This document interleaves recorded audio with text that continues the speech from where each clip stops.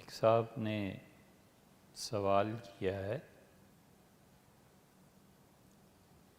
کہ مولانا اسماعیل شہید رحمۃ اللہ علیہ اور مولانا فضل خیر آبادی ان دونوں کا معاملہ کیا تھا؟ اور انہوں نے پوچھا ہے کہ مولانا اسماعیل شہید پہ کفر کا فتویٰ سب سے پہلے مولانا فضل حق صاحب نے دیا۔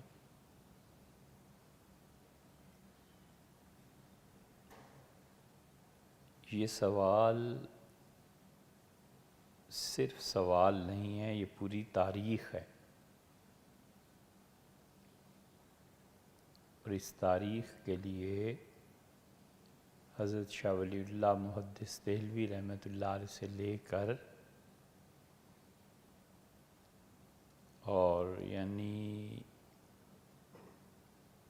1720 سے لے کے تقریباً 1715 بھی ہو تو ٹھیک ہے، یہ 1900 تک جاتا ہے،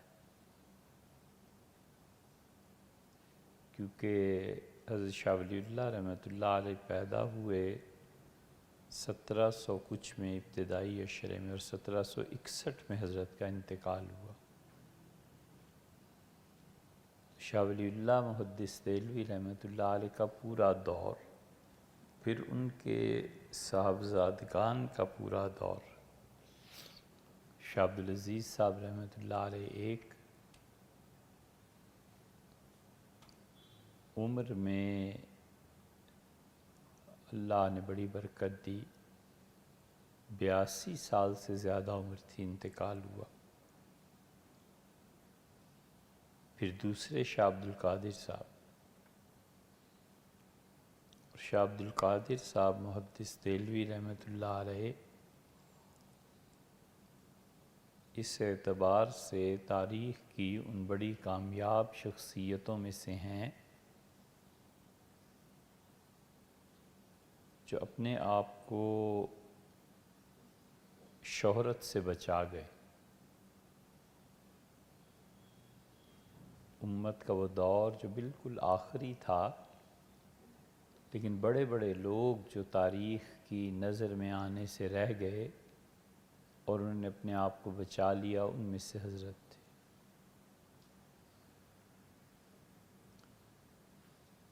اور اگر یہ کہیں کہ 35-40 برس سے ہم ان کے حالات کی تلاش میں ہیں اور نہیں ملے، اب تو مایوسی ہو گئی۔ حضرت شاہ عبدالقادر صاحب محدث دہلوی رحمۃ اللہ علیہ پہ کوئی آدمی ایک چھوٹا سا رسالہ بھی لکھنا چاہے تو نہیں، مواد نہیں، مستند مواد جسے کہتے ہیں، اور بہت سی چیزیں جو لوگ کسی بڑی شخصیت کے ساتھ منسوب کر دیتے ہیں وہ کچھ مل جاتی ہیں۔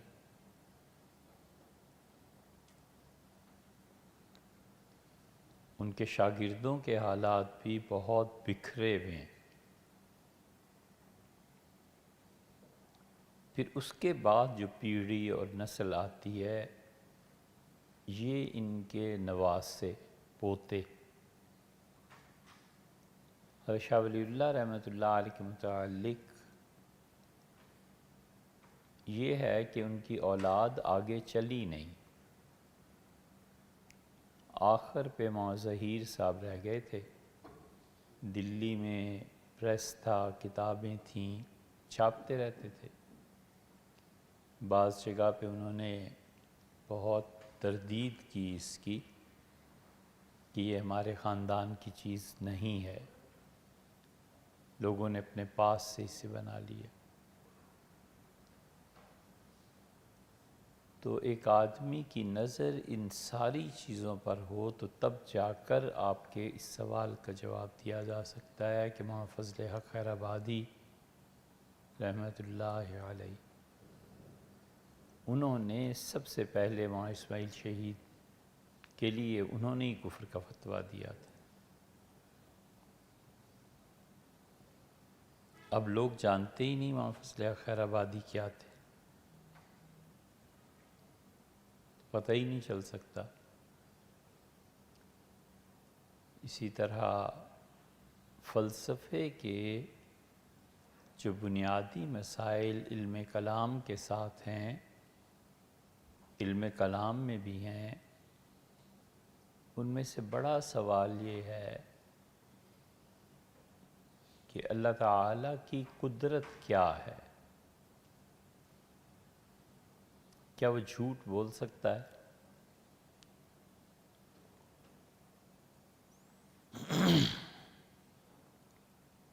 کیا خدا اتنا بڑا پتھر بنا سکتا ہے جسے وہ خود ہی نہ اٹھا سکے؟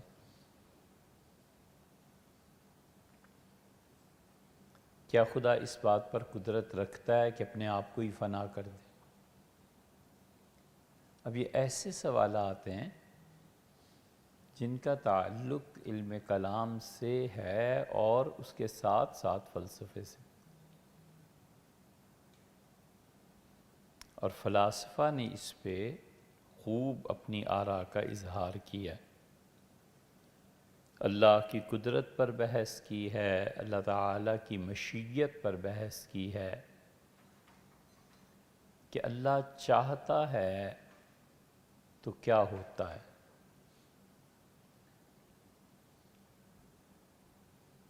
اور انسان کو یہ جستجو ہمیشہ رہی ہے کہ وہ اپنی اس دنیا سے باہر جھانکے کہ کیا ہوتا ہے، کیا ہو رہا ہے۔ قریش کی تاریخ میں آتا ہے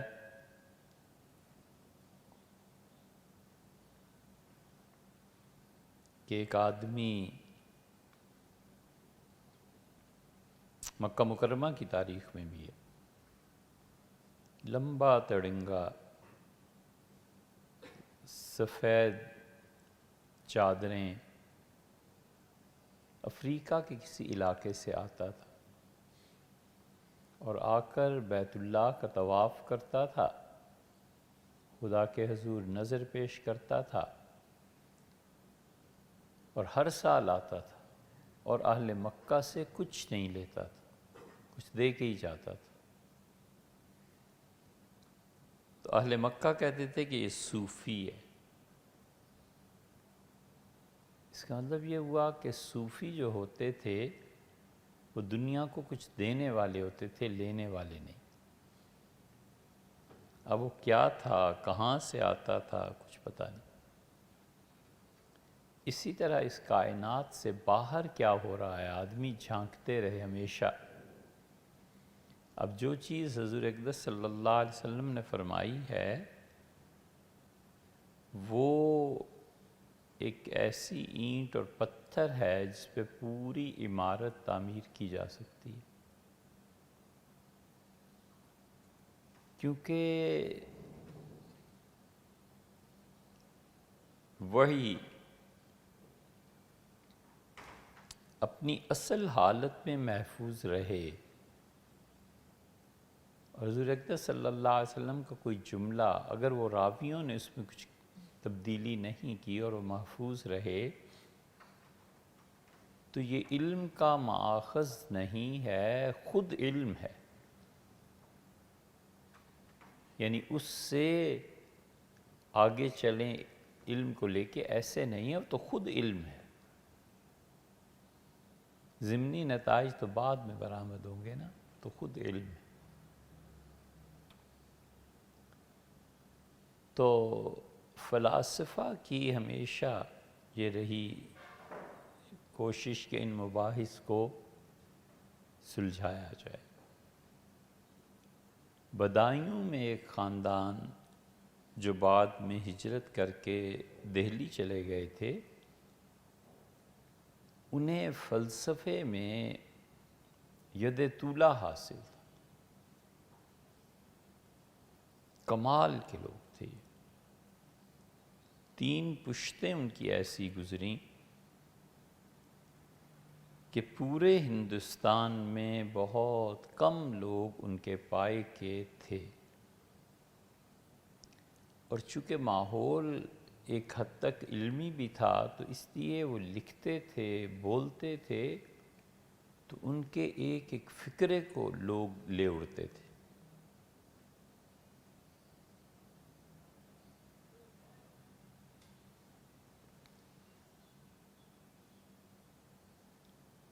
تغلق بادشاہ تھا،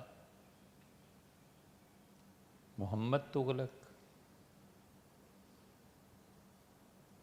وہ ایسا آدمی تھا جس کے بارے میں کہتے ہیں کہ وہ اپنی اصل سے پہلے پیدا ہو گیا تھا۔ عجیب دماغ تھا اس شخص کا۔ کہاں ایسے ہوتا تھا کہ معلومات ایسے منتقل ہوں اور کوئی سفر کرے۔ چنانچہ ہندوستان کے جو بادشاہ تھے ان میں کسی نے بھی حج نہیں کیا۔ حج کرنے جاتے تو بغاوتیں ہو جاتی۔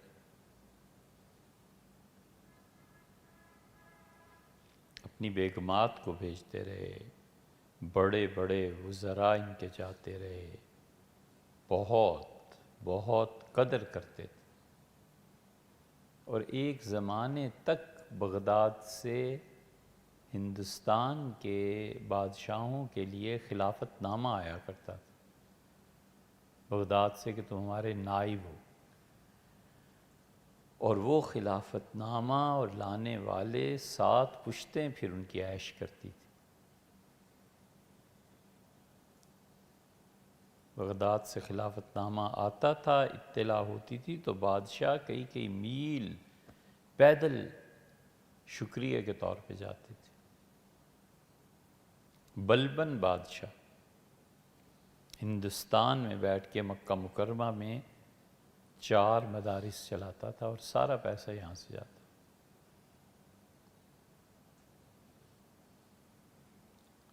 تو محمد تغلق نے کہا کہ یہ کیا شہر ہیں دہلی، ٹیڑھی میڑھی گلیاں ہیں۔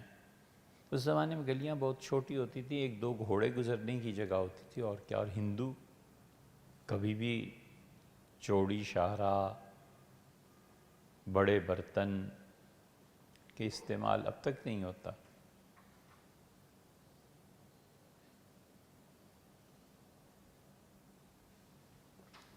بہت حد تک مفید بھی ہوتا ہے۔ مثلا کھانے کا وقت مقرر ہے تو رات کو آخری لقمہ کھا لیا، اور اس کے بعد رات کو کسی کو بھوک اگر لگ جائے تو گھر میں روٹی نہیں ہوتی، بس کوئی مہمان آ جائے تو کھانا ہو گیا، اب بتاؤ کیا کریں۔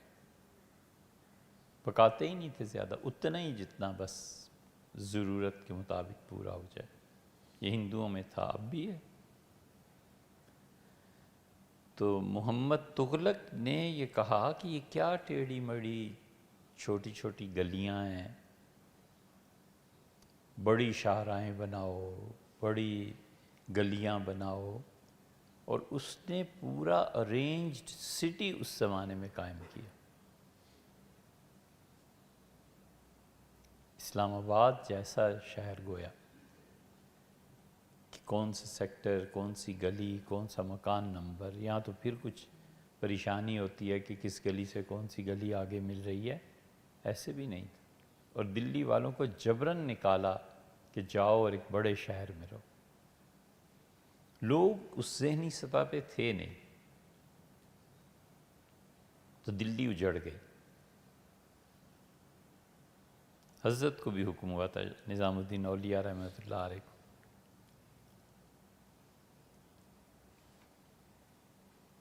تو معرکہ ہو گیا یہ گویا۔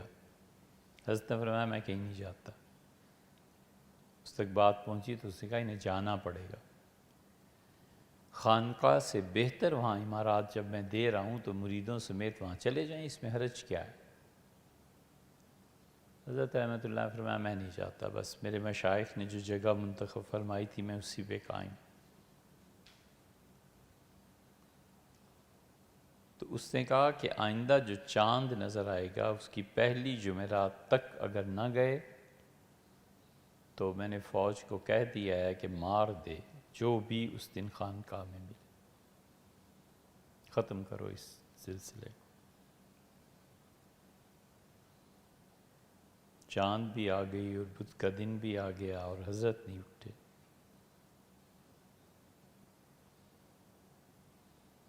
تو کسی نے کہا سب پریشان، بہت۔ اس زمانے میں ایسے نہیں ہوتا تھا کہ لوگ سنیں نہیں۔ بادشاہ جو تھے ان کی حکومتیں جس بنیاد پر قائم تھیں اس میں سے بڑی چیز فوج کی اطاعت تھی۔ بادشاہ نے کہا کہ اس کو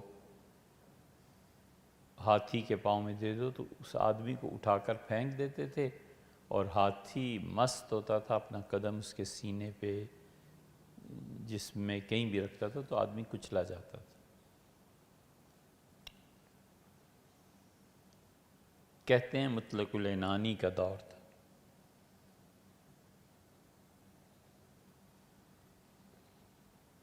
لیکن اس پہ بحث کر لو کہ جمہوریت سے اچھا تھا۔ یہ جو جمہوریت نام کا ڈھونگ ہے نا، اس سے کہیں زیادہ اچھا تھا۔ لوگ ڈرتے تھے، لوگ انہیں پتہ تھا کہ سزا کیسی شدید ملے گی۔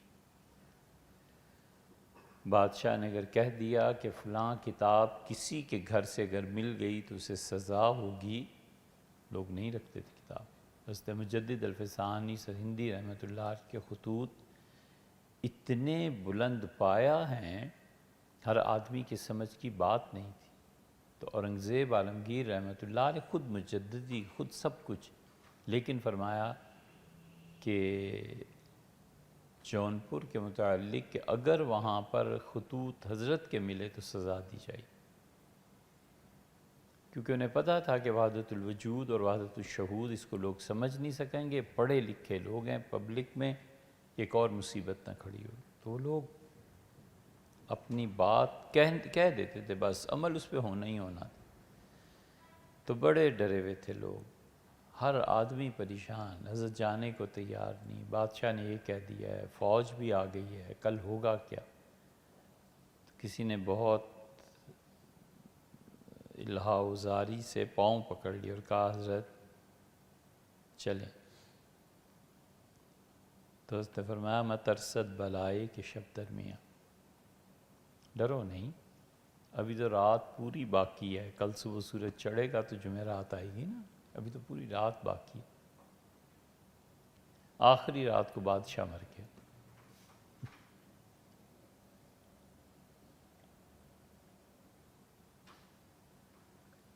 ایسے بھی ہوتا ہے، لیکن پتہ نہیں کیا اس کا دماغ تھا، نئی سے نئی باتیں اس کے ذہن میں آتی تھی۔ چار اس نے اپنے بڑے بہترین دوست رکھے جو سلطنت کو سنبھال لیں گے۔ تو اس نے اپنے چاروں دوستوں کو، اور تھے بھی اس قابل، چاروں کو بلایا اور کہا کہ تم چار میرے خلفاء ہو، اور تم اگر میرے بارے میں یہ کہو کہ میں نبی ہوں تو میں دعویٰ نہ کروں، کیونکہ حضور صلی اللہ علیہ وسلم کے بعد بھی چار خلفاء ہوئے تھے، تو تم چاروں تیار۔ دانا اور عقل مند لوگ تھے، انہوں نے کہا کہ ہم آپ کو سوچ کے بتاتے ہیں۔ تو جو مہلت مانگی ہفتہ 10 دن، تو یہ اس کے چچا غیاث الدین کے پاس چلے گئے اور کہا کہ آپ کا بھتیجا یہ کہتا ہے، صبح نماز کے بعد جتنے محل کے بڑے بڑے افسر، بڑے بڑے لوگ، جو بھی کابینہ اس کی تھی، وہ سب نماز فجر کی اس کے ساتھ پڑھتے تھے۔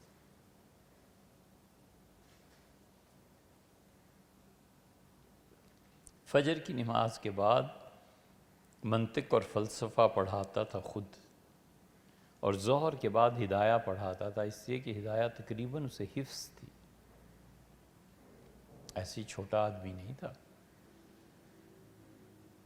تو بات کرتا تھا فقہ پہ تو مجتہدانہ، اجتہاد کی،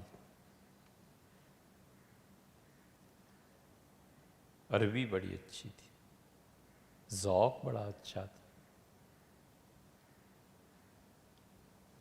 تو چار یار تھے نا اس کے، انہوں نے جا کے اس کے چچا کو بتایا کہ اب یہ مشکل آنے والی ہے، اور اگر اس نے نبوت کا دعویٰ کیا تو نبوت کے دعوے کو کوئی برداشت نہیں کرے گا، علماء بھی نہیں اور ہم بھی نہیں، اور دربار میں سخت جنگ ہوگی۔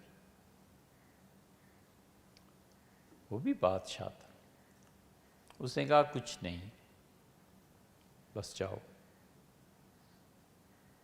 اور پیغام بھجوایا کہ بیٹے آپ کے گھر آنا چاہتا ہوں، رات کا کھانا فلاں دن کھاؤں۔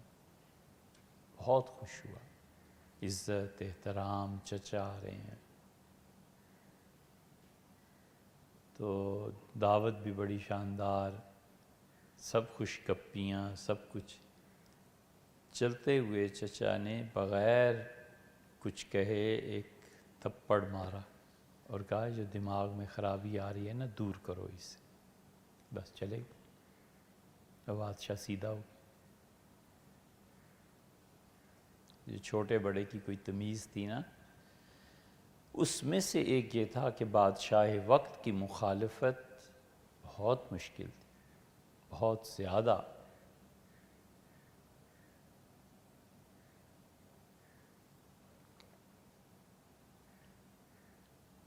اورنگزیب عالمگیر کہاں گولکنڈہ اور بیجاپور وہاں تھے مصروف،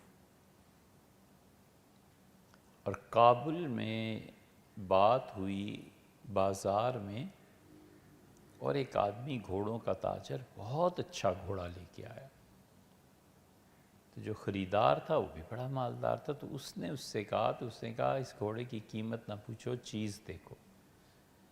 اس نے کہا ایسا شاندار سیاہ گھوڑا میں نے زندگی میں نہیں دیکھا، قیمت بتاؤ۔ اس نے کہا قیمت صحیح بتاؤں تو یہ تو اورنگزیب بھی ادا نہ کر سکے۔ ختم ہو گئی بات،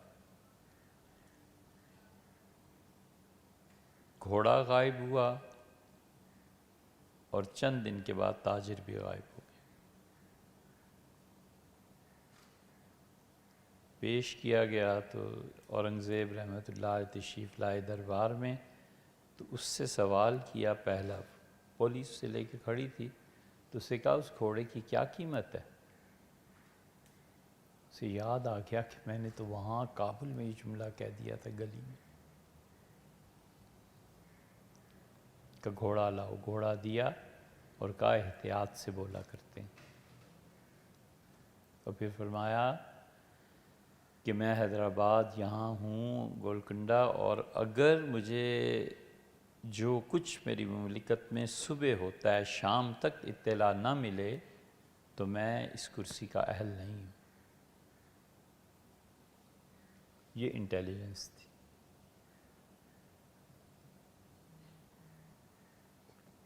مسنگ پرسنز جو ہوتے تھے، بادشاہ وقت انہیں بتاتا تھا کہ یہ بات ہے۔ بادشاہت کا جو نظام تھا اس میں قباحتیں بھی تھیں، مگر اس میں دیکھو اتنا بڑا آدمی تھا یہ سلطان تغلق، جہاں سے بات مڑی تھی وہیں آتے ہیں واپس۔ اس نے کہا کہ جس شعر پہ حضرت نظام الدین اولیاء رحمۃ اللہ سے بظاہر مخالفت یہ ہو، لیکن مستقل سرکاری جاسوس جو مقرر تھے خانقاہ میں، ان سے کہا کہ حضرت جس شعر پہ واہ کہہ دیں، سر ہلا دیں، خوش ہو جائیں، وہ شعر اسی وقت لکھ کے مجھے بھیجو، تو کہ حضرت نے کس شعر پہ داد دی۔ تو حضرت نظام الدین اولیاء رحمۃ اللہ کسی شعر پہ داد دیتے تھے تو وہ دلی کی گلیوں میں لوگ پڑھتے پھرتے تھے کہ حضرت نے اس شعر کو کہا ہے، کمال ہے۔ سب چیزیں تھیں۔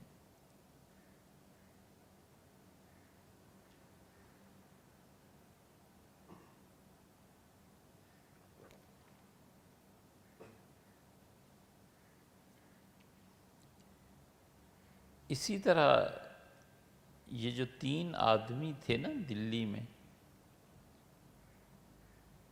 فلسفہ اور منطق اور علم کلام میں، وہ کوئی ایک جملہ کہہ دیتے تھے تو غالب اور مومن اور اتنے بڑے شعراء اور دلی کے علماء، وہ جملہ شام تک ہر جگہ پہنچ جاتا تھا کہ آج یہ فرمایا۔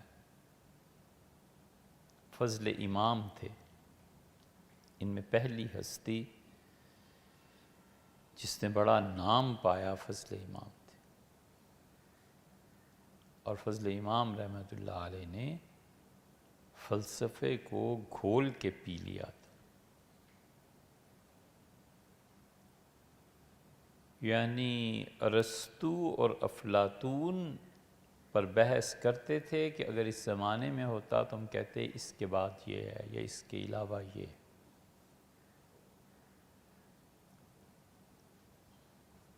اور دوسری طرف دلی میں دوسرا خاندان تھا حضرت شاہ ولی اللہ رحمۃ اللہ علیہ کا، منقولات، فقہ، حدیث، تفسیر، اس میں وہ امام تھے، اگرچہ وہ بھی پڑھے لکھے تھے۔ تو فضل امام نے اپنے بیٹے فضل حق رحمۃ اللہ علیہ کو تعلیم کے لیے شاہ عبد القادر صاحب رحمۃ اللہ علیہ کے پاس بھیجا اور کہا حضرت سے پڑھو، اور انہوں نے بخاری شریف وغیرہ حضرت سے پڑھی تھی۔ اسی شاہ عبد القادر صاحب رحمۃ اللہ علیہ کے شاگردوں کے حالات بھی نہیں ملتے ایک جگہ۔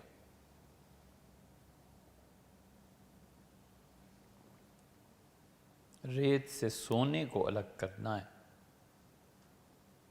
حضرت کے شاگرد تھے بہت، تو منقولات میں یہ خاندان امام تھا اور معقولات میں ان کا سکہ جمع ہوا تھا۔ یہ نہیں ہے کہ ان حضرات کو معقولات نہیں آتی تھیں، کمال ان میں بھی تھا۔ مفتی صدر الدین صاحب رحمۃ اللہ علیہ تھے، تاج الفحول تھے، مولانا بشیر سہسوانی، انہوں نے کچھ لکھ دیا تھا، اس پہ ان حضرات نے جواب سوال سب ہوتے تھے۔ مفتی صدر الدین صاحب نے دعوت کی مولانا تاج صاحب کی، اور وہ بدایوں سے آئے تھے، تو بڑی دعوت تھی۔ اب سب لوگ مفتی صاحب کے اور ان کے پاس بیٹھنا چاہتے تھے، تو مولانا تاج صاحب وہ بیچارے اتنی مرچیں کھانے کے عادی نہیں تھے، اور دسترخوان بڑا تھا، ایک چیز چکھی تو اس میں مرچیں، دوسری چکھی اس میں مرچیں، ہر چیز میں مرچیں۔ تو ایک کھیر کا پیالہ مفتی صاحب کے پاس رکھا ہوا تھا، تو انہوں نے بڑی سادگی سے عرض کیا کہ مفتی صاحب اگر یہ کھیر کا پیالہ بے مرچ کا ہو تو پھر میں بھی کچھ کھا لوں۔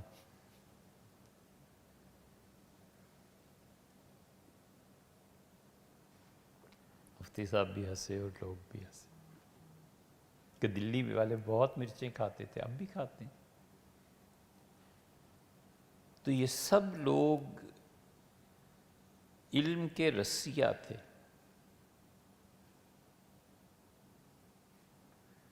مولانا فضل امام صاحب جو تھے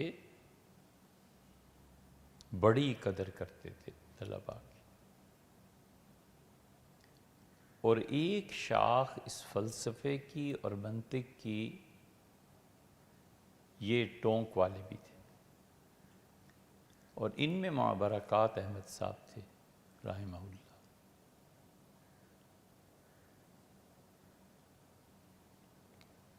مولانا برکات صاحب رحمۃ اللہ علیہ کے پوتے، ان سے ہم نے فلسفہ پڑھا۔ وہ کہتے تھے کہ ہمارے گھر میں دادا جب کھانے پہ بیٹھتے تھے تو ان کی اہلیہ اور ان کی بیٹیاں یہ کھانا کھاتے ہوئے بھی ملا صدرہ، افلاطون، ارسطو اس کے نظریات پہ بحث کرتے رہتے تھے۔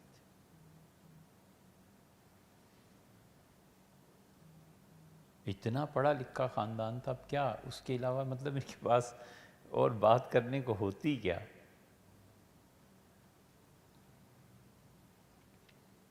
تو مولانا فضل امام جو تھے منجھے ہوئے فلسفی تھے. انہوں نے منطق اور فلسفہ پہ لکھا بھی ہے، کتابوں کے حاشیے بھی تحریر فرمائے.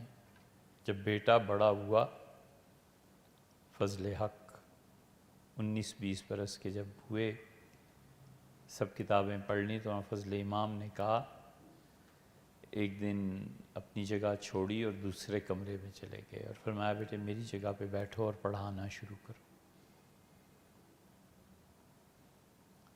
اب 19-20 برس کے بچے سے مولانا فضل امام کے ہوتے ہوئے کون پڑھتا؟ تو انہوں نے ایک پٹھان کو بھیجا، اور پٹھان بھی بیچارے عمر رسیدہ تھے اور انہیں سمجھ بھی ایسے ہی کم آتا تھا، تو کہا کہ جاؤ اور یہ بیٹے سے پڑھو میرے.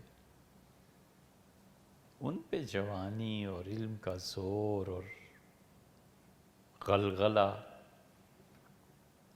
وہ پوری تقریر کی ایک فلسفے کی. خان صاحب بیچارے فارسی جانتے تھے، پشتو جانتے تھے، انہیں سمجھ نہیں آئی. تو ان کا کچھ سمجھے؟ تو انہوں نے کہا مولوی صاحب نہیں سمجھ میں آیا. ان کا اچھا دوبارہ کرتا ہوں. اچھا دوبارہ تیسری میں تو پھر پوچھا، ان کا نہیں سمجھ میں آیا. تو انہوں نے کتاب ایسے دے ماری اور کہا کہاں سے یہ پٹھان سرحدی اٹھ کے آ جاتے ہیں، فلسفہ ان کو کیا پتہ ہے، اٹھو یہاں سے. نکال دی. وہ بیچارہ روتا ہوا مولانا فضل امام کے پاس چلا گیا. ان کا کیا ہوا ہے؟ ان کا اس طرح ہوا ہے. تو اپنی جگہ سے اٹھے، تشریف لائے، تو ظاہر ہے کھڑے ہو گئے. تو انہوں نے ایک تھپڑ رسید کیا، کھینچ کے مارا. اور انہوں نے کہا کہ صاحبزادے تم رہے ہو ہمیشہ بسم اللہ کے گنبد میں. کتاب اٹھائی اور کسی استاد کے پاس چلے گئے اور انہوں نے کہا کہ استاد زادے آئے ہیں اور 100 مرتبہ خوشی سے سبق پڑھایا. گھر میں کھانا پکتا رہا بہتر سے بہتر اور تم کھاتے رہے. اور تم اگر کہیں گئے ہوتے نا دلی سے باہر پڑھنے کے لیے اپنے خاندان اور گھر سے، اور کھانا مانگ کے کھایا ہوتا نا، تو پھر تمہیں قدر ہوتی کہ علم کیا ہے.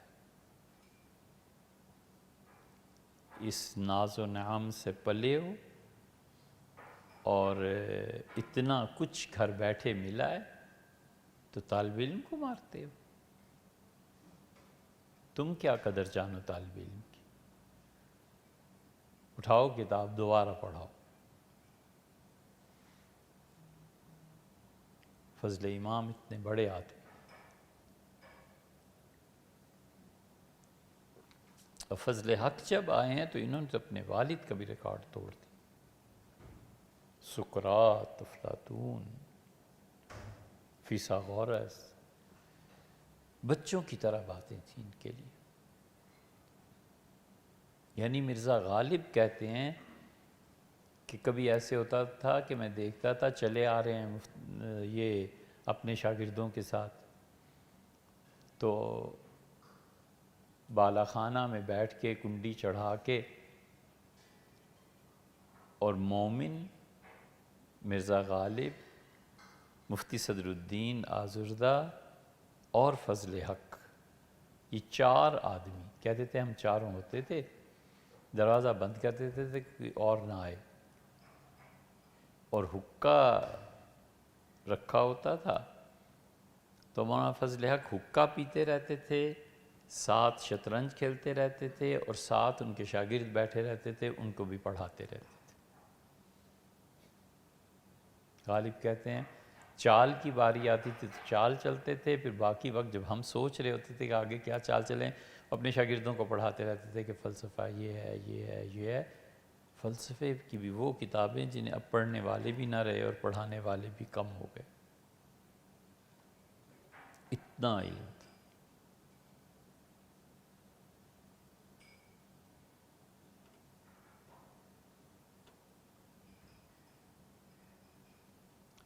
انگریزوں نے انہیں سزا دی تھی، انڈمان، کالے پانی کی سزا، وہاں بھیج دیا تھا، جائیداد ضبط ہو گئی تھی، بڑی مشکل اور تنگی کے دن انہوں نے کاٹے۔ فضل حق خیر آبادی یہ اور مولانا اسماعیل شہید رحمۃ اللہ علیہ، یہ دونوں شاگرد تھے شاہ عبد القادر صاحب محدث دہلوی رحمۃ اللہ علیہ۔ صحیح بخاری حضرت سے پڑھی۔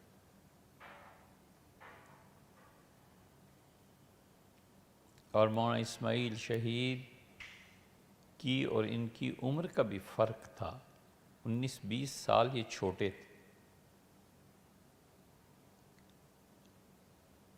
انہوں نے کتاب لکھی مولانا اسماعیل شہید نے، تقویت الایمان، اور یہ جو تقویت الایمان ہے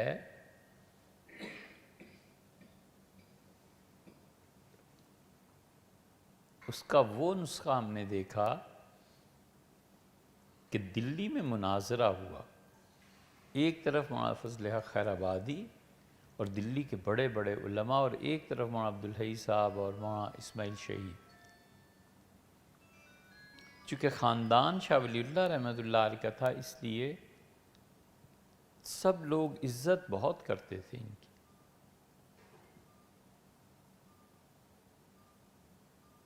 تقویت الایمان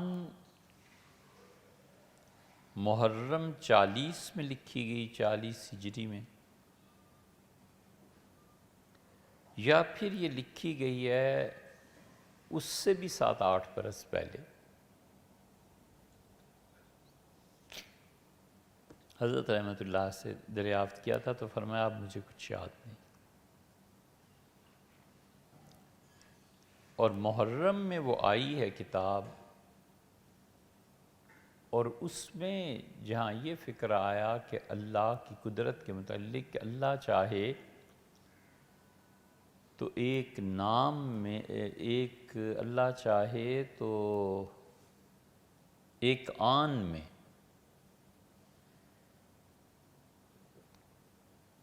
بے شمار علی اور محمد پیدا کر سکتا ہے۔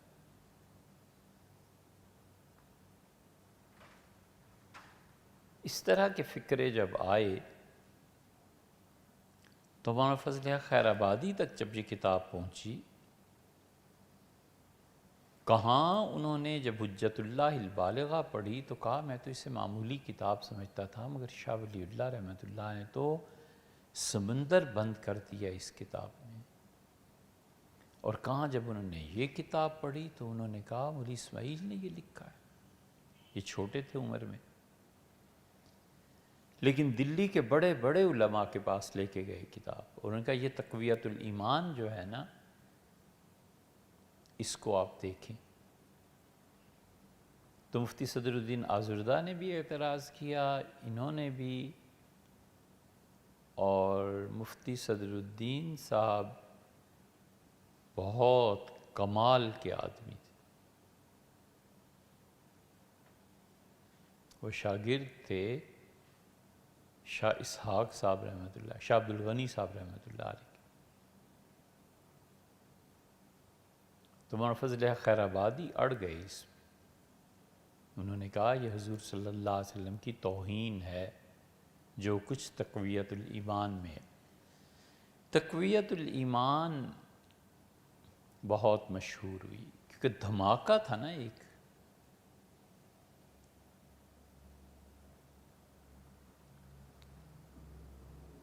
علم کلام کے اعتبار سے تقویت الایمان کتنی بھی بڑی کتاب ہو،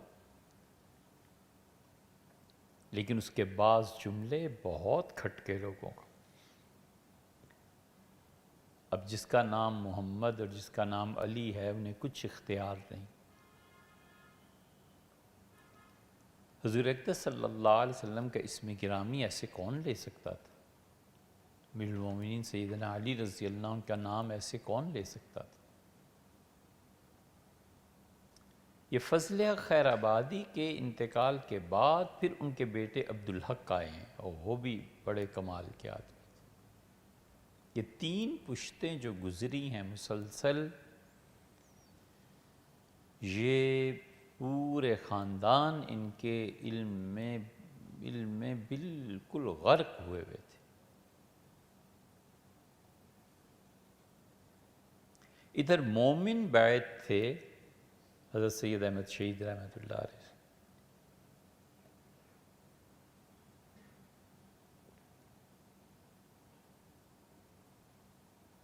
اور مولانا فضل حق خیر آبادی نے بنیادی طور پہ 3 آدمیوں سے پڑھا تھا.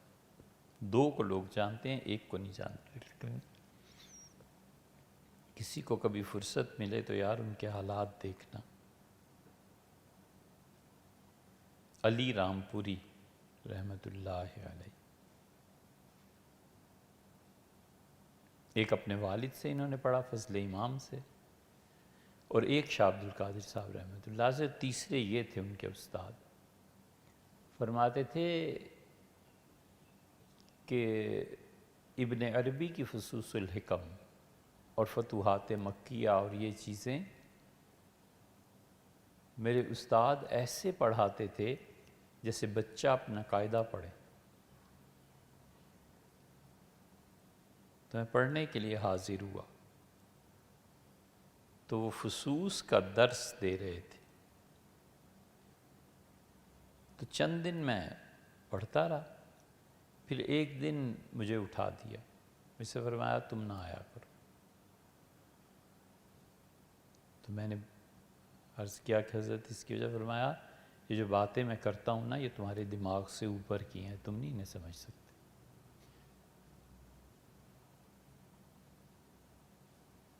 کہتے تھے میں حیران ہوا کہ ہم لوگوں نے فلسفہ، منطق اور علم کلام کو کوئی کونا نہیں چھوڑا، لیکن حقیقت یہ تھی کہ ان کی باتیں سمجھ میں نہیں آتی تھی.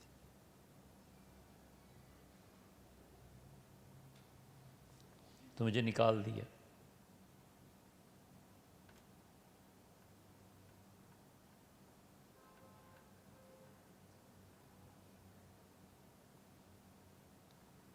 فصوص کے شارح تھے وہ.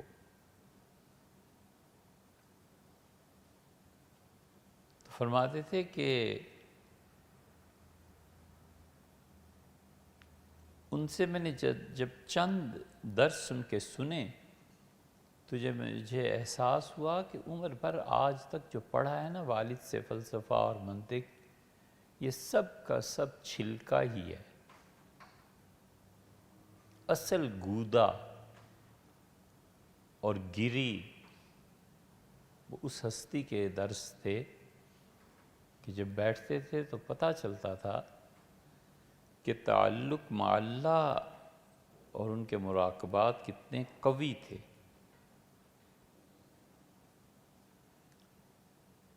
تو اس لیے فضل حق خیر آبادی وہ تو بالکل ایک جگہ لے کے گئے. انہوں نے کہا یہ مولانا اسماعیل کی کتاب دیکھو. شاہ ولی اللہ صاحب رحمۃ اللہ علیہ کے پوتے ہیں، اور حضور اقدس صلی اللہ علیہ وسلم شان میں یہ گستاخی، یہ گستاخی، یہ گستاخی.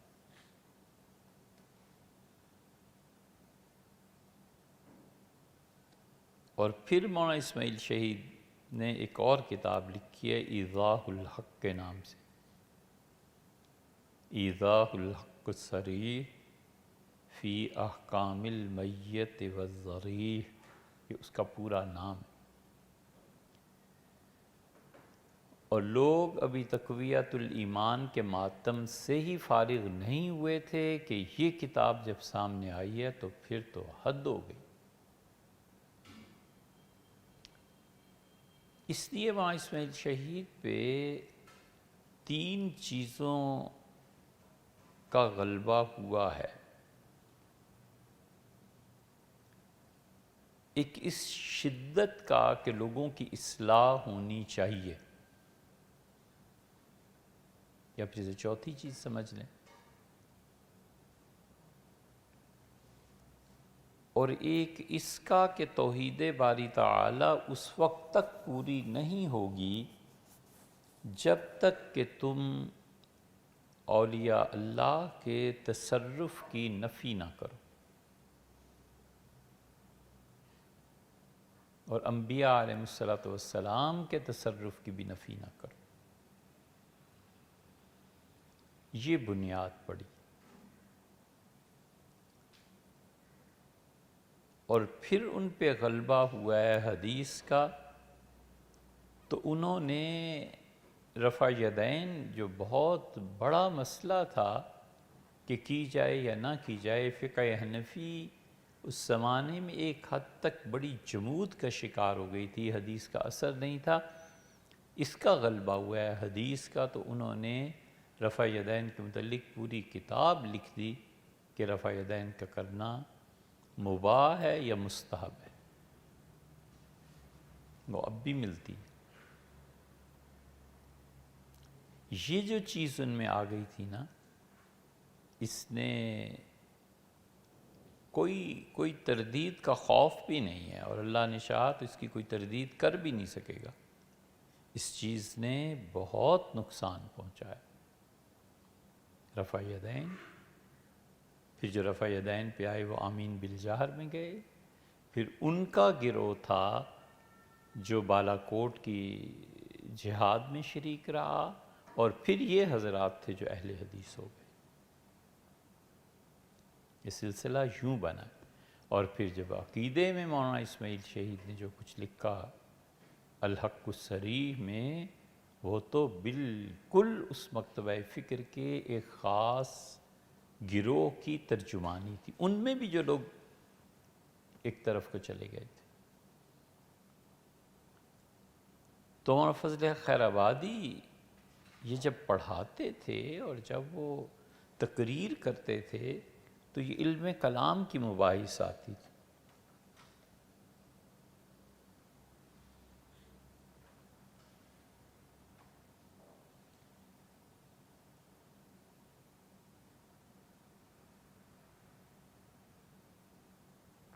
ان پہ اتنا رنگ غالب تھا اپنے والد کا کہ تقریر کر رہے تھے اور پھر رکے اور کہا یہ پاندان اٹھا لو، تو کوئی شاگرد پاندان لے آیا۔ اپنے موضوع پر جب کسی آدمی کو کمال حاصل ہو تو ٹیچر، استاد، پروفیسر جب لیکچر دیتا ہے تو رنگ جھلکتا ہے کہ اس سے اپنے موضوع پہ کمانڈ ہے، یہ جھول نہیں ہے۔ تو بار بار اس پاندان پہ انگلیاں مارتے رہے اور پڑھاتے رہے۔ جب تقریر ختم ہوئی تو دیکھا، کہنے لگے اوہو یہ کیا؟ تو شاگردوں نے کہا کہ آپ نے کہنے لگے ہاں منگایا تھا، رکھو۔ تو ان کا حضرت اس کی ضرورت کیا پیش آ گئی تھی؟ کہنے لگے یہ جو آواز آ رہی تھی نا اس سے انگوٹھی کے ٹکرانے کے ساتھ، جب والد صاحب نے مجھے یہ چیزیں پڑھائی تھیں تو اس وقت یہی چیز تھی، وہ اس طرح ہاتھ مارتے تھے، تو مجھے اچانک اس آواز کی طرف دھیان منتقل ہو گیا، تو جب میں نے آواز اس کی ایسے نکلنا شروع ہوئی تو پھر ساری چیزیں مجھے یاد آنا شروع ہو گئیں کہ میں نے کیا پڑھا۔ یہ حد درجہ مزاج کی نزاکت ہے۔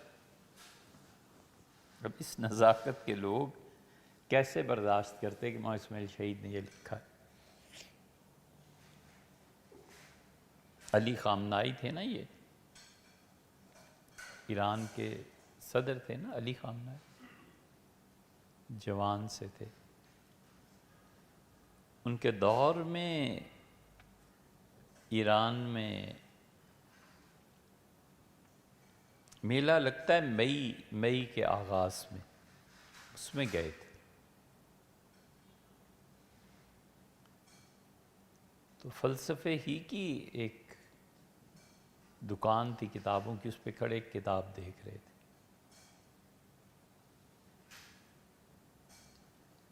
ایک اور صاحب بھی کتاب دیکھ رہے، پتہ نہیں دیکھ رہے تھے کیا، لیکن انہیں ایسے ہاتھ رکھا تو ہم نے پوچھا کہ کیا؟ تو ان کا یہ جو کتاب ہے تم اسے سمجھ سکتے ہو؟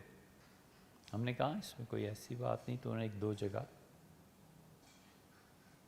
خیر ایک مقام تھا، اس پہ کہنے لگے کہ یہ کتاب میرے والد نے لکھی ہے، اور یہ جو مقام ہے نا، اس پہ مجھے والد سے مار پڑی تھی کہ میں نے سمجھا نہیں تھا۔ تب ہم نے دیکھا تو تعجب ہوا کہ آدمی کون ہے، اور ادھر ادھر دیکھا تو کچھ اور، ظاہر ہے کہ پولیس وغیرہ ہوں گے، بڑے آدمی ایران کے کوئی۔ جب بل ادا کرنے گئے تو وہاں قاعدہ یہ ہے کہ جتنی کتابیں آپ نے خریدی ہیں 50% گورنمنٹ دیتی ہے، 50% آپ کا۔ 100 روپے کی کتاب ہے تو جو ہی آپ کاؤنٹر پہ جاؤ کہیں گے 50 گورنمنٹ دے دے گی، 50 آپ، اور مہر لگاتے ہیں، اور ایک بل آپ کے حوالے اور ایک بینک میں چلا جاتا ہے، بینک اس کے 50% پورے کرتا ہے۔ تو انہوں نے کہا یہ کتابیں لے جائیے، بہت تھوڑے پیسے لیے۔ ہم نے کہا یہ کیوں؟ تو کہنے لگے یہ تم جانتے ہو، یہ تمہارے پیسے دے گئے کتابوں کہ یہ کون ہے؟ اس نے کہا تم نہیں جانتے؟ میں نے کہا ہمیں تو پتہ نہیں۔ ان کا یہ صدر ہیں ایران کے، علی خامنائی، وہ بھی فلسفے کی کتابیں دیکھنے آیا تھا۔ کہ جب وہ جا رہے تھے تو دیکھا تو بہت، جیسے صدر مملکت کے ساتھ لوگ ہوتے ہیں، یہ اب تک حال ہے بعض لوگوں کا کہ اتنی بڑے عہدے پہ پہنچ کے بھی مطالعہ نہیں چھٹا، پڑھے لکھے لوگ۔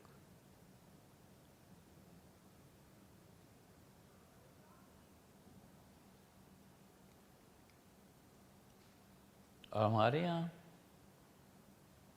جس شعبے کا جو وزیر ہوتا ہے اسی شعبے کی کوئی کتاب اچھی لے جاؤ، جو کتاب واقعی پڑھنے کے قابل ہو، ایک صفحہ پڑھ کے نہیں سمجھا سکتے کہ لکھا کیا ہے، پتہ ہی نہیں ہوتا۔ وزیر تعلیم، مذہبی امور کے وزیر، جو برملا یہ کہتے ہوں کہ 40 پارے ہیں قرآن کریم میں، ان لوگوں کو کیا خبر ہے علم کیا ہے، تعلیم کیا، اور پھر بعد میں پکڑے بھی جائیں کہ اتنا فراڈ کیا ہے۔ انہیں کیا پتا تعلیم کس چیز کا نام ہے۔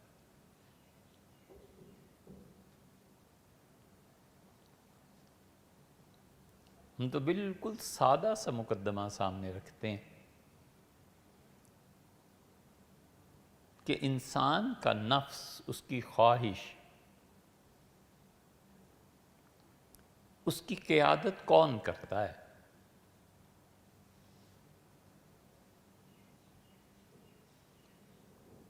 انسان کے نفس کی اور خواہش کی رہنمائی یا تو عقل کرے گی یا وحی کرے گی۔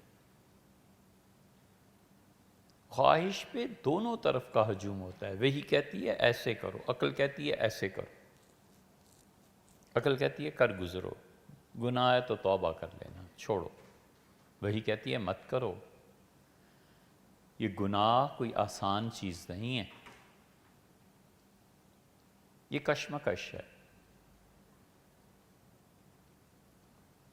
علم نہ ہو، وحی کا علم نہ ہو، تو اس کے ذہن میں جو کچھ آتا ہے اپنی ملک کی بہتری کے لیے، وزارت کی بہتری کے لیے، اس کی اس خواہش کی رہنمائی اس کی عقل کرے گی، تو عقل جتنی اس میں ہے اس سے بہتر اور لوگوں میں بھی ہے۔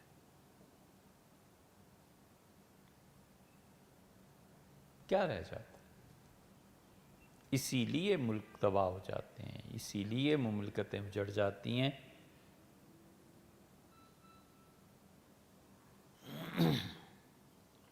کہ رہنمائی کے لیے اہل علم باقی نہیں رہتے، اور پھر ایک وقت آ جاتا ہے جب وہ چاہتے ہیں کہ وہ سنیں چیز جو ان کی اپنی خواہش ہے، اور جب ایسے حاشیہ بردار اور غلام گردشوں میں گھومنے والے ایسے چاپلوس مل جائیں تو پھر وہ اس کی قبر پہ مٹی ڈال رہے ہوتے ہیں، جیتے جی دفن کر دیتے ہیں۔ معاویہ رضی اللہ عنہ جیسے آدمی جن کے دور کو ہم بالکل خلافت راشدہ نہیں کہتے، یہ ایک نیا فتنہ ہے، ایک نئی مصیبت۔ یہ ناسبی جتنے ہیں نا، یہ ان کا عقیدہ، اہل سنہ کا نہیں۔ ہمارا عقیدہ یہ نہیں ہے، ہم کہتے ہیں خلافت راشدہ حضور اقدس صلی اللہ علیہ وسلم فرمایا تھا 30 سال رہے گی، اور سیدنا حسن رضی اللہ عنہ پہ ختم ہو گئی بس۔ کیونکہ اگر ہم اس کے بعد بھی خلافت راشدہ مانیں اور اس سے پہلے بھی مانیں تو فرق کہاں پڑا ہے پھر جا کے؟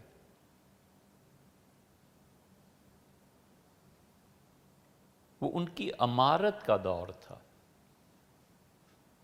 اور سچ پوچھیں تو واللہ عالم کل کو یہ نظریہ بدل جائے، ہم کہہ نہیں سکتے، لیکن اب تک جس چیز پہ پہنچے ہیں نا، وہ سچی بات یہ ہے کہ عثمان، علی، معاویہ، خلافت بنو امیہ اور خلافت بنو عباس کا ابتدائی دور، اس سارے 200 سال کے عرصے میں بھی جو کام ہوئے ہیں، در حقیقت سیدنا عمر امیر المومنین رضی اللہ عنہم، وہ ان کی پالیسی تھی جو چلتی ہے، اور جہاں ان کی پالیسی سے انحراف ہوا ہے، فتنہ آ گیا۔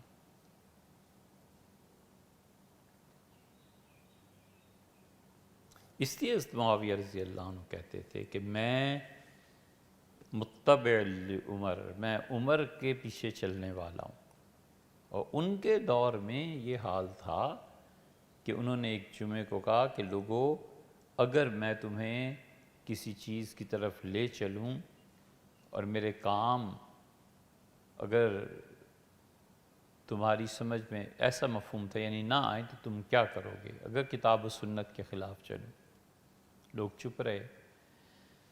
پھر دوسرے جمعے کو بھی، پھر تیسرے جمعے کو انہوں نے جب یہ کہا یہی الفاظ، تو ایک آدمی اٹھ کھڑا ہوا، اس نے کہا معاویہ میں تمہیں سیدھا کر دوں جس دن تم کتاب و سنت سے ہٹو، اس لاٹھی سے۔ بہت خوش ہوئے۔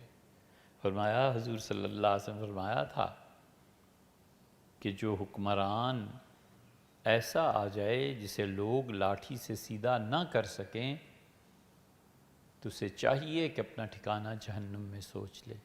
تو میں نے 3 ہفتے تک یہ اس لیے کہا کہ کہیں میں ایسا تو نہیں ہوں کہ تم لوگ میرے سامنے سچ نہ بول سکو۔ یہ پالیسی حضرت عمر رضی اللہ عنہ کی اصل میں، ایک آدمی نے ان پہ تنقید کی تھی حضرت عمر رضی اللہ عنہ پہ۔ سیدنا عمر رضی اللہ عنہ نے کہا کہ ایسے ملتے جلتے الفاظ تھے کہ فرمایا کثر اللہ امثالکم، تم جیسے بہت سے لوگ اللہ کرے میری رعایا میں آئیں جو عمر پہ تنقید کریں۔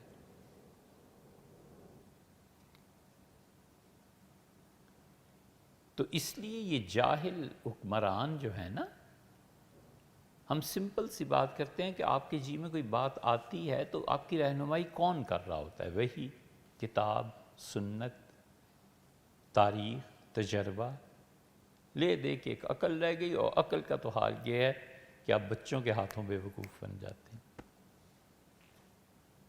ملکہ عالیہ کے ہاتھوں بے وقوف بن جاتے ہیں۔ عقل تو اتنی ہے بس۔ سیدنا عمر رضی اللہ عنہ کی اہلیہ نے ایک دن مشورہ دیا تھا کوئی، حضرت عمر رضی اللہ عنہ نے کہا کہ یہ مملکت اور خلافت کے جو امور ہیں نا، جو مجھے فیصلے کرنے ہیں، اس میں تمہاری رائے پہ نہیں چل سکتا۔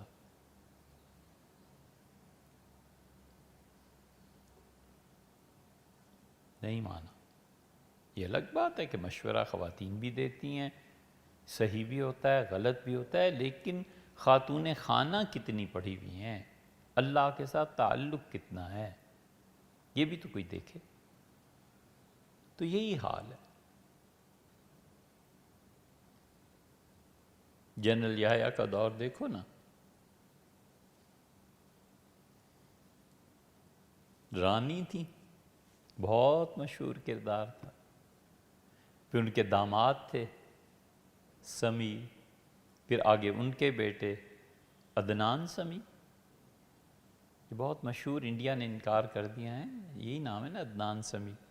یہ ساری ایک خاتون حکمرانی کر رہی ہیں اور ملک دو ٹکڑے ہو رہا ہے اور یہ ہو رہا ہے اور وہ ہو رہا ہے، یہ ایک خاتون کی حکمرانی۔ مغلوں کی سلطنت تباہ ہو گئی، 22 سال تک سارا مغلوں کا اقتدار، کنور لال ہندو عورت تھی اس کے قبضے میں رہا، کیونکہ بادشاہ سلامت کو ہندو لڑکی بہت پسند تھی۔ صبح اٹھتے تھے کہیں 12-1 بجے سو کے، اور اس وقت تک سارے آرڈرز وہ جاری کر دیتی تھی۔ اٹھتے تھے، پھر کھانا ہوتا تھا، پھر سوتے تھے، پھر شام کی لمبی محفلیں ہوتی تھیں۔ حکومت کس نے کرنی تھی؟ اس لیے ہم کہتے ہیں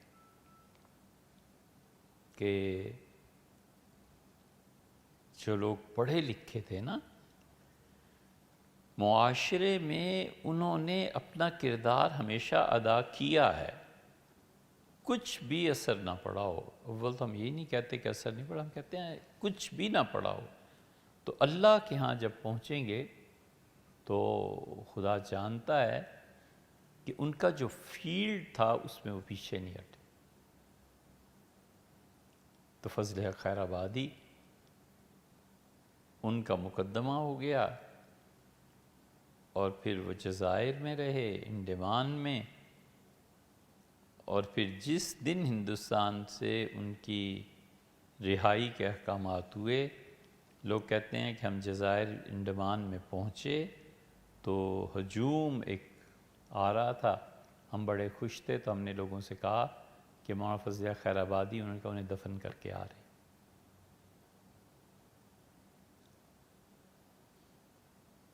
ان کے بعد آئے مولانا عبدالحق خیر آبادی۔ مولانا عبدالحق خیر آبادی اپنے خاندان کی عزت رکھنے والے آدمی تھے، ان کی خط و کتابت ہوئی مولانا عبدالحی صاحب لکھنوی سے، ہندوستان کے بڑے بڑے مشاہیر سے، اس پورے خاندان نے حکومت کی ہے۔ اور ٹونک ریاست مولانا برکات احمد صاحب، یہ برکاتی اب تک اپنے نام کے ساتھ لکھتے ہیں۔ جنرل ضیاء الحق نے اپنے دور میں سب سے بڑے اعزاز سے انہیں نوازا تھا کراچی میں اس خاندان کو، ان کی حکمت کا اعتراف کیا تھا۔ ہمارے استاد تھے، وفات سے چند دن پہلے ٹیلی فون پہ بات ہوئی تو فرمایا کہ میں نے تمہاری سند اپنے ہاتھ سے لکھی ہے، کراچی آؤ گے تو لے جانا۔ لیکن کس غضب کا علم تھا، یعنی مفتی ولی حسن صاحب اور مولانا عبدالرشید نعمانی جیسے آدمی ان کی خدمت میں جاتے تھے۔ مفتی ولی حسن صاحب رحمۃ اللہ جیسا آدمی اب تک فقہ میں اتنا تباہر شاید ہی کسی کو جتنا مفتی صاحب کو تھا۔ امام تقی صاحب وغیرہ وغیرہ سارے ان کے شاگرد، اور ان کی مضمون پڑھیں جو انہوں نے اپنے استاد کے متعلق لکھے ہیں، پتہ چلتا ہے کیا ہستی تھی۔ اتنے سادہ تھے کہ بنوری ٹاؤن سے چھٹی ہوتی تھی تو بارہا بس میں شدید گرمی میں اپنا ایک تھیلا اٹھایا ہوا ہے، لمبا قد تھا رحمہ اللہ، اور تھوڑا سا سر جھکا کے بس میں کھڑے ہیں، سفر ہو رہا ہے، کسی کو پتہ ہی نہیں ہے کہ یہ آدمی ہے کون، کوئی کبر نہیں، کوئی بڑائی نہیں، کچھ نہیں، کچھ بھی تو نہیں، لیکن وہ ایسے لوگ تھے جسے آپ کہیں کہ قانون کو وضع کرنے والے تھے۔ قانون کو اگر وہ لکھتے تو ان کا ایک ایک حرف جسے کہتے ہیں نا وہ سند ہوتا قانون میں۔ فتوے بھی لکھتے تھے، بہت علم تھے۔ لیکن مسئلہ یہ تھا کہ ان تمام علوم کے پیچھے دولت نہیں تھی، معاش نہیں تھا۔ اب جتنا پڑھنا پڑھانا ہے نا، اس سب کی انتہا یہ ہے کہ پیسہ کتنا کمایا بس، کیونکہ وہ ذہن تو، منظر تو کیا ذہن بھی نہیں رہا کہ کچھ ایسے علوم بھی ہیں جن کو نہ بھی مارکیٹ کی چیز ہو تو بھی پیسہ مل سکتا ہے۔ اب اس دور میں بھی امریکہ میں، انگلینڈ میں، خود امریکہ میں ہم نے بعض لوگوں کو دیکھا، گورنمنٹ کفالت کرتی، سائنٹسٹ ہے، اسے ساری زندگی میں ایک آدھ کارنامہ ہی ہوتا ہے، گورنمنٹ کفالت کرتی ہے کہ تم یہ کام کرو اور بے فکر ہو جاؤ۔ اس لیے مشرقی علوم جو تھے ان کی موت آہستہ آہستہ واقع ہو رہی ہے۔ وہ کتابیں جو آج سے 70-80 سال پہلے پڑھائی جاتی تھیں اب ملتی ہی نہیں، کتابیں تو وہ تو کیا ملیں، لائبریریز ہی نہیں ہیں۔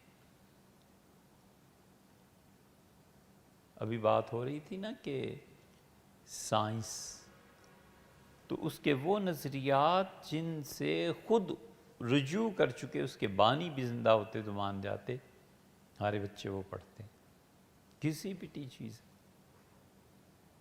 اور پھر ان میں شوق کوئی نیا کام کرنے کا، بڑا آدمی بننے کا ہونا چاہیے، وہ نہیں، یہ چیزیں۔ تو فضل خیر آبادی اور ان کے بعد مولانا عبدالحق خیر آبادی اور ان سے پہلے مولانا فضل امام، یہ پورا خاندان ہے ایک، اور یہ پڑھنے جاتے تھے ادھر حضرت شاہ ولی اللہ رحمۃ اللہ علیہ کے ہاں، معقولات اور منقولات دونوں میں یہ دو خاندان تھے، فقہ، حدیث، تصوف، فتویٰ، یہ شاہ عبدالعزیز صاحب رحمۃ اللہ علیہ کے ہاں تھا، اور مولانا اسماعیل صاحب، حضرت شاہ عبدالعزیز صاحب رحمۃ اللہ علیہ کو بڑا اعتماد تھا۔ یہ باتیں تو پھر بعد میں شروع ہوئی ہیں کہ رفع یدین کریں اور یہ کریں اور یہ کریں، اور عقیدے میں بھی یہ چیزیں، پھر وہیں سے ایک شاخ نکلی جس نے تصوف کا انکار کیا، حالانکہ یہ خانوادہ سارا تصوف کا تھا، سب بیعت تھے، سب کہیں نہ کہیں سے تعلق اور تربیت حاصل کرتے تھے۔ سید احمد شہید رحمۃ اللہ علیہ اسماعیل صاحب بیعت نہیں تھے؟ پھر اوپر دیکھیں تو شاہ ولی اللہ رحمۃ اللہ اپنے والد شاہ عبد الرحیم صاحب سے بیعت نہیں تھے۔ یہ سارا سلسلہ ایسے ہی چلا ہے، نقشبندی مجددی سلسلہ جو ان تک پہنچا ہے۔ تو اس لیے ایک سوال یہ جو ہے نا کہ مولانا اسماعیل صاحب پہ سب سے پہلے کفر کا فتویٰ مولانا فضل خیر آبادی نے لگایا تھا، اس کے لیے تمہید کے طور پہ اس خاندان کو سمجھنا بھی ضروری ہے کہ اگلوں نے جو کفر کا فتویٰ لگایا تھا تو ایسے ہی نہیں تھا کہ کوئی مفتی کسی جگہ پہ بیٹھے ہوئے لکھ بھیجا، یہ بہت بڑے لوگ تھے اپنی جگہ پہ۔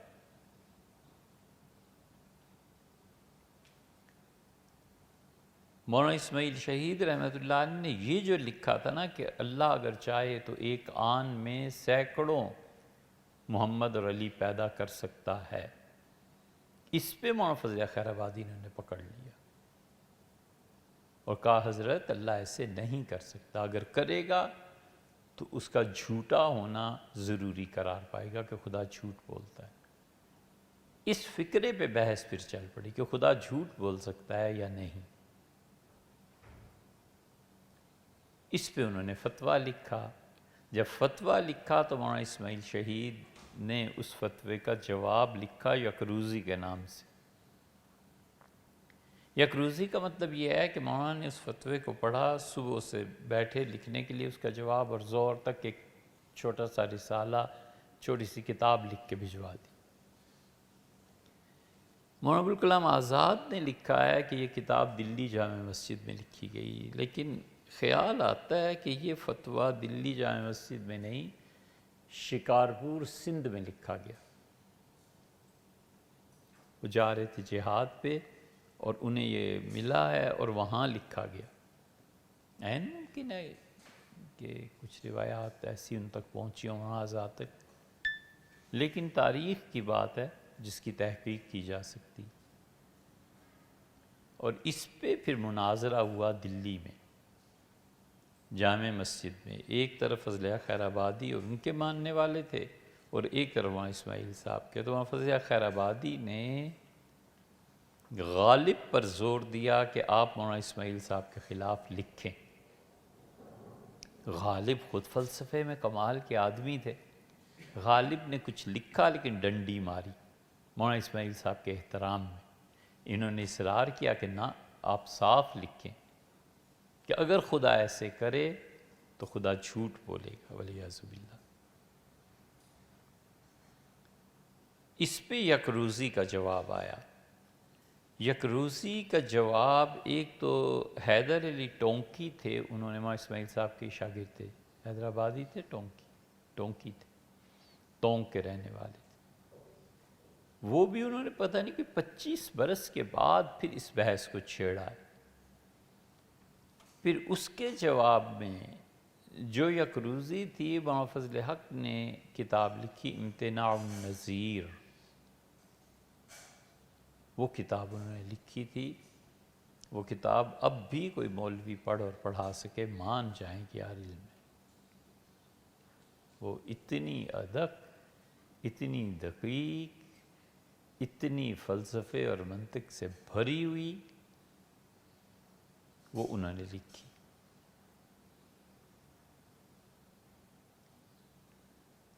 اب وہ اس میں کیا ثابت کر سکے ہیں، کیا ثابت نہیں کر سکے ہیں،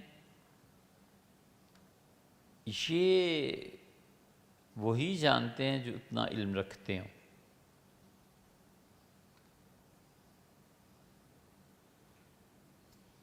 یہ مولانا عبدالحی صاحب لکھنوی نے جب لکھا کہ وہ اپنے مدعا کو ثابت نہیں کر سکے،